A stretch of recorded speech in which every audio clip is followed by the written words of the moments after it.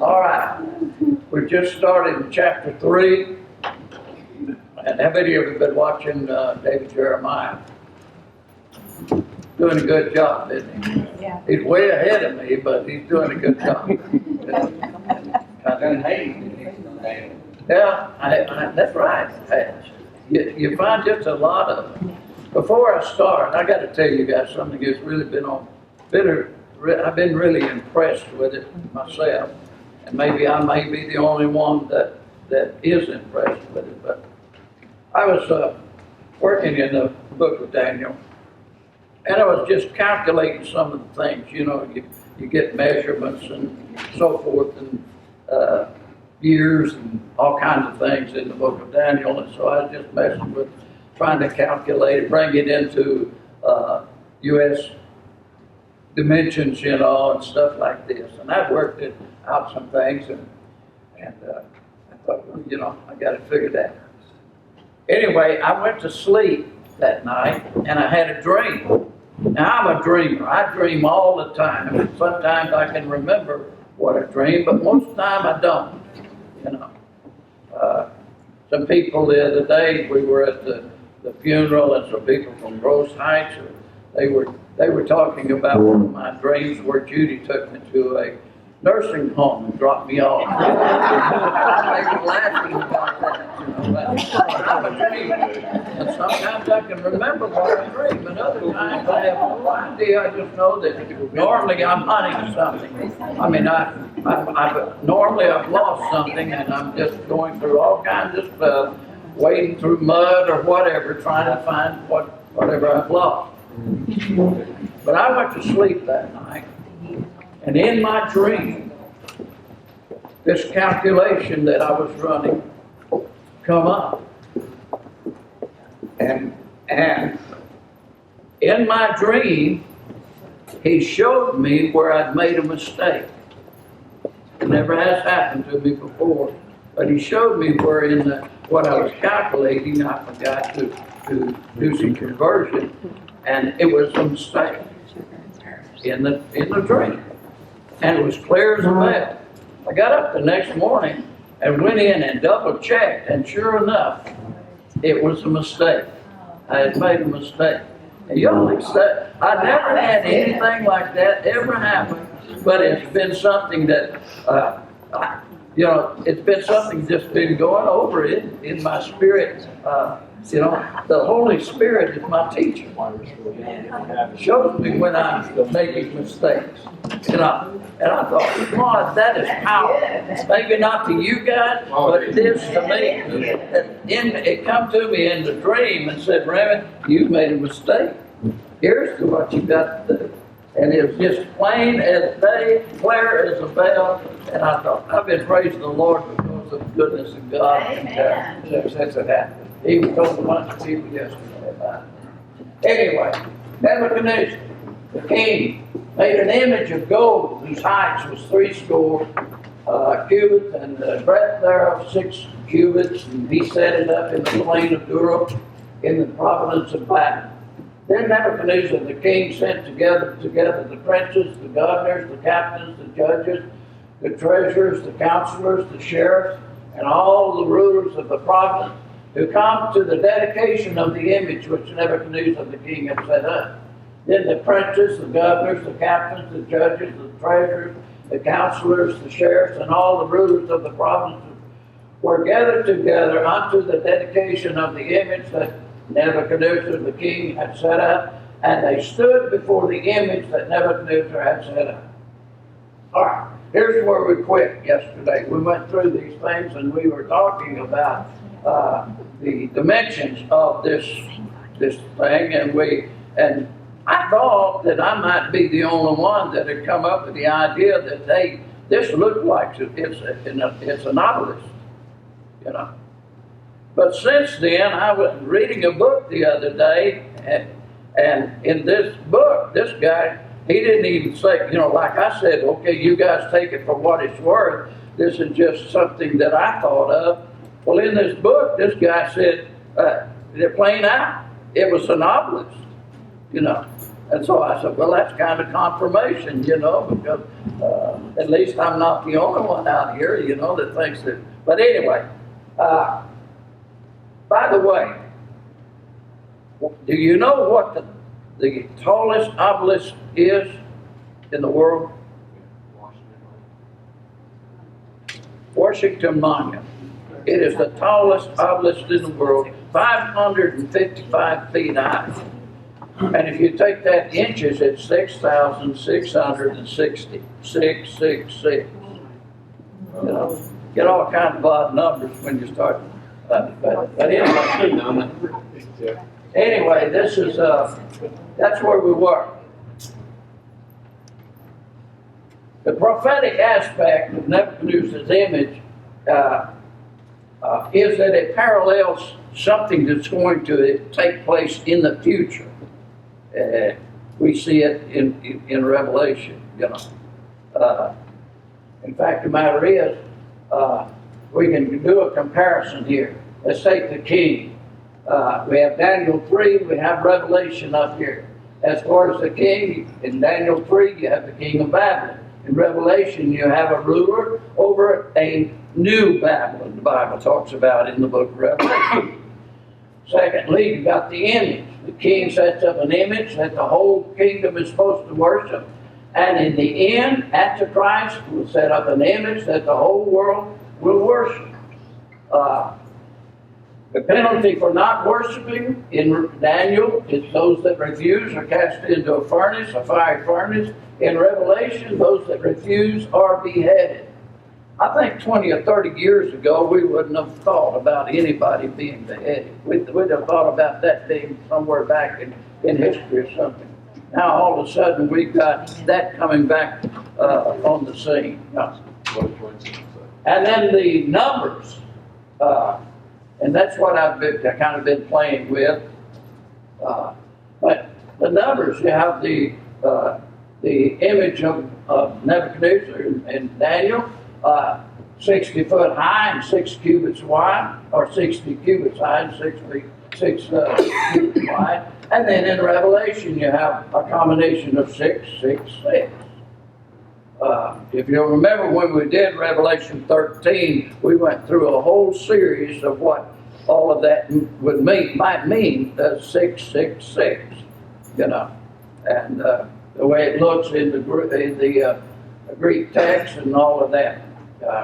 I thought about bringing it back up, but it's hard for me to make progress in these things anyway, so I figured I better not bring all that back. And then the Jews in Daniel that defied the king, they faced death. Also the Jews in Revelation, or anybody as far as that goes in Revelation that fails to worship the image, also will face death. And in the book of Daniel, the help for the Hebrew children, it comes from the Son of God, and ultimately in Revelation, the salvation there will come from the Son of God. And then it affects all the people in the nations of the world in Daniel, under Nebuchadnezzar, and we're told in Revelation that it also affects everybody in the world. It reaches a, you can't buy, you can't sell, you can't do anything unless, Okay, let's go on with the text. It says that this image is set up, and you just barely see it, but it's set up in the plain of Dura. In Dake's commentary, he says, we don't know where that is, and there's no use of even thinking about it. It's kind of weird that, it's kind of and he's right. We don't know where it is, so there's no sense in us trying to figure it out. But we're going to try and figure it out anyway. We're going to talk about it. There is a place about 6 miles south of Babylon that may have been that plain. It would have been worked out perfect, because the image would have been visible from all around because of its location. It may have been the place that the bricks were made when they were built in Babylon. In fact, where the kilns were and where they made the bricks because of its ideal location. And most of you know that when Nebuchadnezzar was building Babylon up, that they molded the bricks with Nebuchadnezzar's name on them. You know, the old bricks, some of the old bricks there have Nebuchadnezzar's name molded into it. When Saddam Hussein was rebuilding Babylon, you know, he thought that he was kind of the modern day Nebuchadnezzar, yeah. And he had also had them mold bricks with his name on them, and that they used to build. So maybe that plain is where they had the kilns, and maybe not. It's just a matter of information. The Bible tells us that they were gathered together, all the people that had any position in government were called upon to be there at the dedication of this. Now remember that from chapter 2, last part of chapter 2, to the end of chapter 7 is all in Aramaic. You know, it's not in Hebrew. It's all in Aramaic. So, in the accuracy of, well, let me say this. Back in the late 1800s, the German theologians were saying that the book of Daniel could not have been written prior to 164, 165 BC. Reason being is because it's too accurate. You know, because it has the historical account of Antiochus Epiphanes, and I mean, it's just too accurate, and they use a word in here to prove to try and prove their point. Let me see where I'm at here.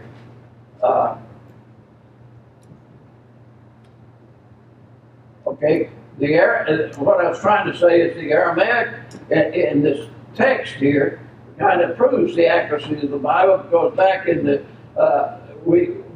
archaeologists have discovered these words that date back to the 5th century in some of the archaeological discoveries. Let me show you a list of the words that are used just as a comparison. The King James uses the word princes. I won't even attempt to pronounce the Aramaic, but that's the Aramaic word, and it means the satrap. And then the King James uses the word governor, and the Aramaic word is there, and we have a prefix with what it means. Captains, governors, judges, counselor, treasurer, counselors, law official, or judge. Point being, sheriff or magistrate. The point being is that these words that these theologians contested, saying that these are not the words that would have been used in that period of time, have been proven to be in existence back in that time. It's wonderful how true science and true archaeology will prove the Word of God. You know, and people are discovering that are true believers that if you can believe the Bible, and if science doesn't agree with the Bible, then science has got to be wrong. You know. Anyway, they go into the dedication of this image. Rebellion or failure to worship this image is equal to rebellion or being a traitor to the kingdom, and so that's how serious it was when there was no exceptions to the law. The purpose of it was to bring a single religious system into being over all of the kingdom. Anybody Does that ring a bell? Does that ring a bell to anybody? In Ecclesiastes 1, I think it's verse 6, it says those things that have been, will be. Talks about, what's going on. And it holds true. We see that people will be forced to submit to the image under the Antichrist, and there will be no exceptions there. It says in Revelation 13:15, and he had power to give life unto the image of the beast, that the image of the beast should both speak and cause that as many as would not worship the image of the beast, that it should be killed. Okay, we've talked about this. All of the officials would have to be there. It's a mixture of political and religion. No separation of church and state at this time. Under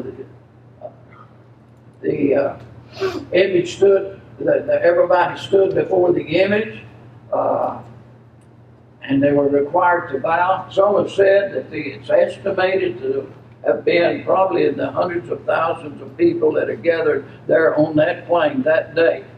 And I often wondered, in fact, I'll get to it a little bit later but I often wondered, you've got this huge crowd, you got people from all over, and everybody's standing out there at this dedication, and everybody's supposed to bow before this image, And I thought, well, were they supposed to bow all at once?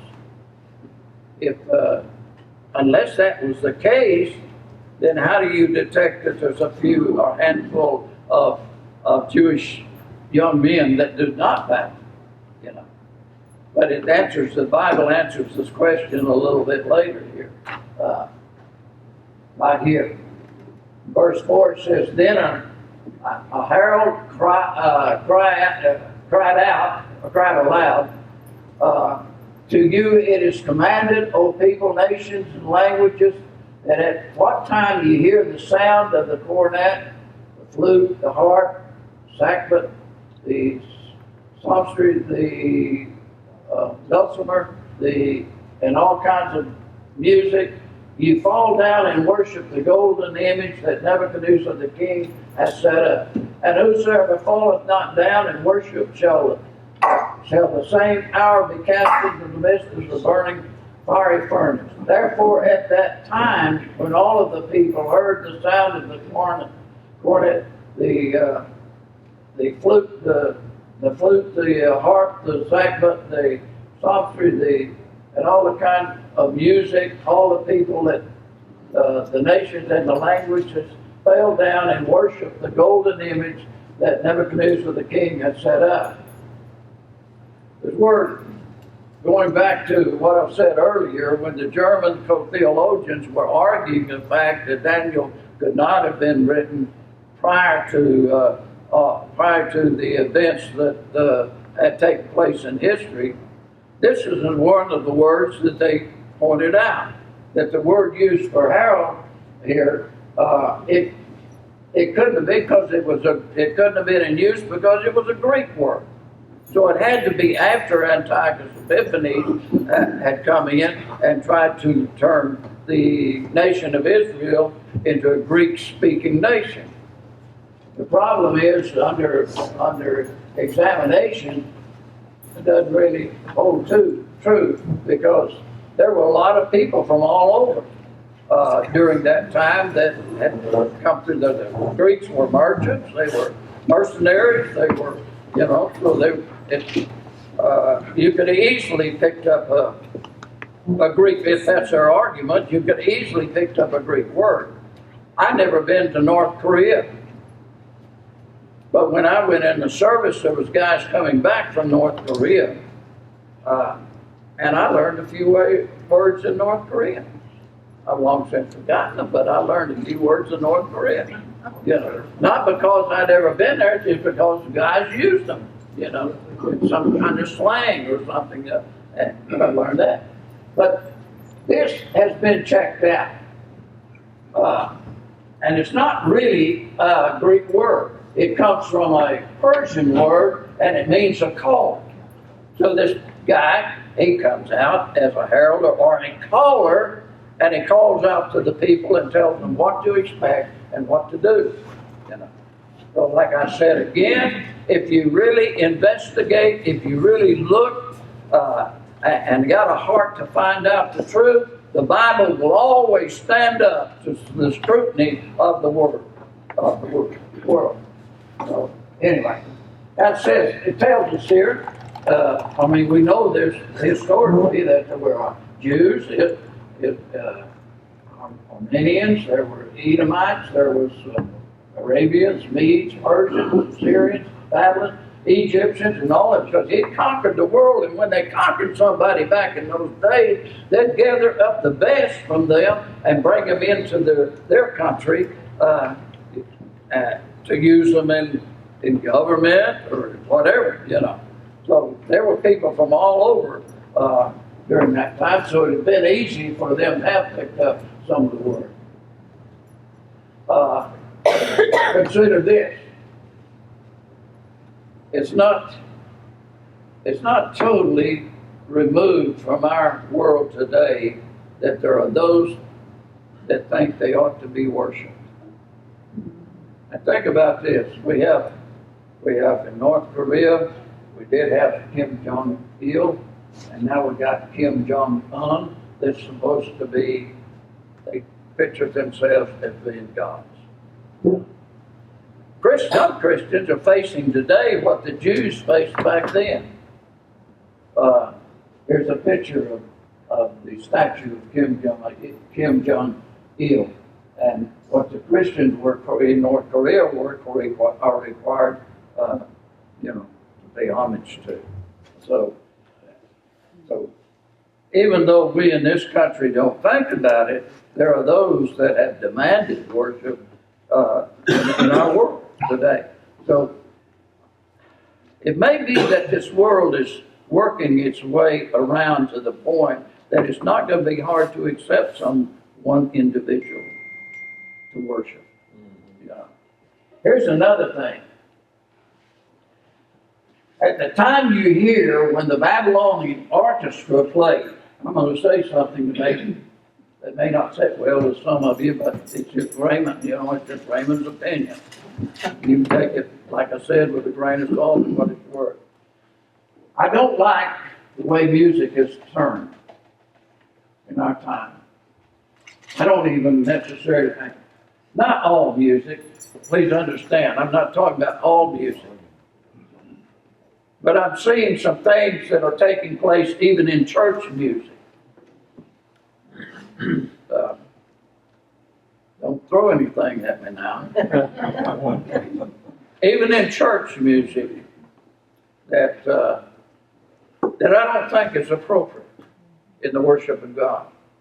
I don't mean everything. I'm just saying that there are things that come up, and most especially as you look at the worldly music and what goes on in the demonstration. I was watching the other day an event that was going on, and with all of the lights and the noise, it was so loud, and everybody in the audience had their hands raised. It was not a Christian deal.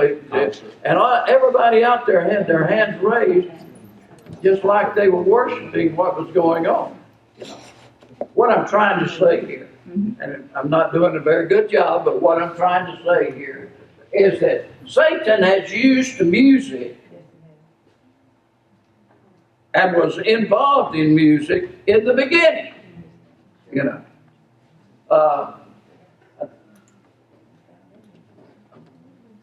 In Ezekiel, it tells us this. This is addressed to the king of Tyre. It said, the workmanship of thy tabrets and of thy pipes was prepared in thee in the day that thou was created. When God created this creature, he made a part of him to be accompanied with musical instruments.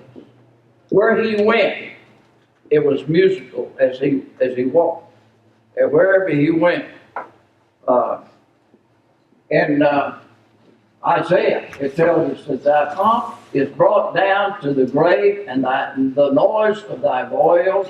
That word boils is a stringed instrument. They think it was more like a harp, but it says that stopped. And this was addressed to Babylon, kind of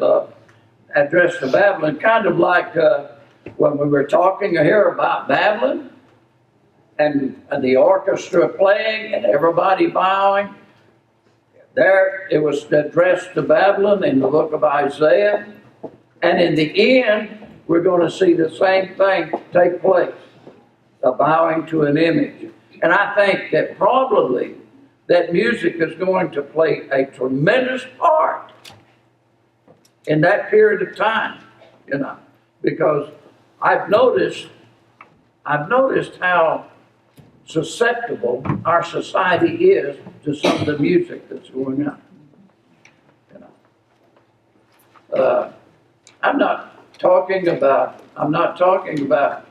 every song that we sing in church or some, but I've noticed that a lot of the songs we sing is more about us than it is about him. Yeah.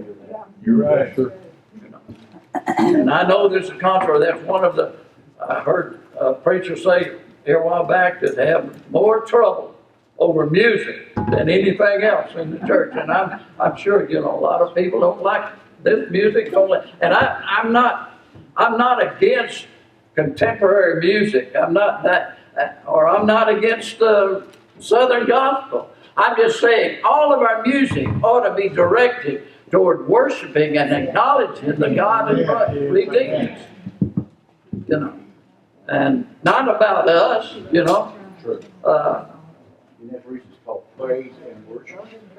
Right, and that's another thing. Since I'm on the subject, I'm probably going to make somebody mad, Let me just say something else. To me, singing the songs doesn't necessarily constitute what we call, what is actually praise and worship. I can worship. Fact of the matter is, I was reading in a magazine, in a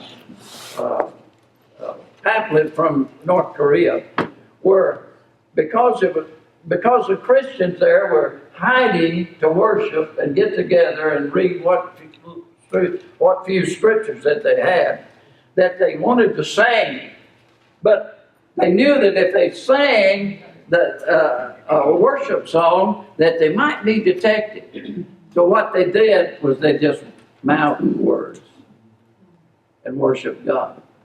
I'm going to tell you, folks, worship, well, Not saying.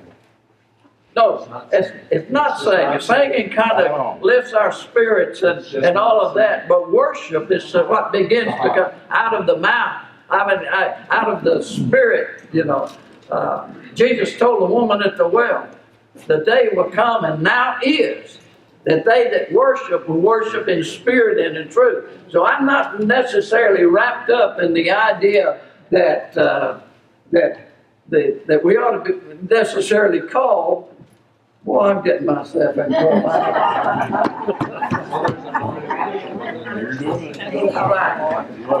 I mean, it's not just because we're having music, it doesn't mean praise and worship. There's anointing singing and there's not. Y'all hope y'all understand what I'm trying to say here, but I'm just saying here that the devil uses music too. Sure. That's okay, we got big shows. In fact, if you'll remember, Lennon, one of his songs, Imagine, remember? There's no heaven, there's no hell. And he was singing about peace. I'm going to tell you, there's not going to be any peace unless Jesus is one that establishes it. No peace in your heart unless Jesus is in your heart. And the definition of peace is when there is no strife, when war has ceased. And when you get him in your life, then the battle is over, the war is done, the strife ceases, and he's the peace. He's your peace. Amen. Anyway, so my point being is that is that the devil uses music. And I think in a lot of ways we pulled it into the church in some cases, you know. Of course, I'm speaking from, I'm an older generation, so I'm speaking from the older generation, but I don't think that the lights and the,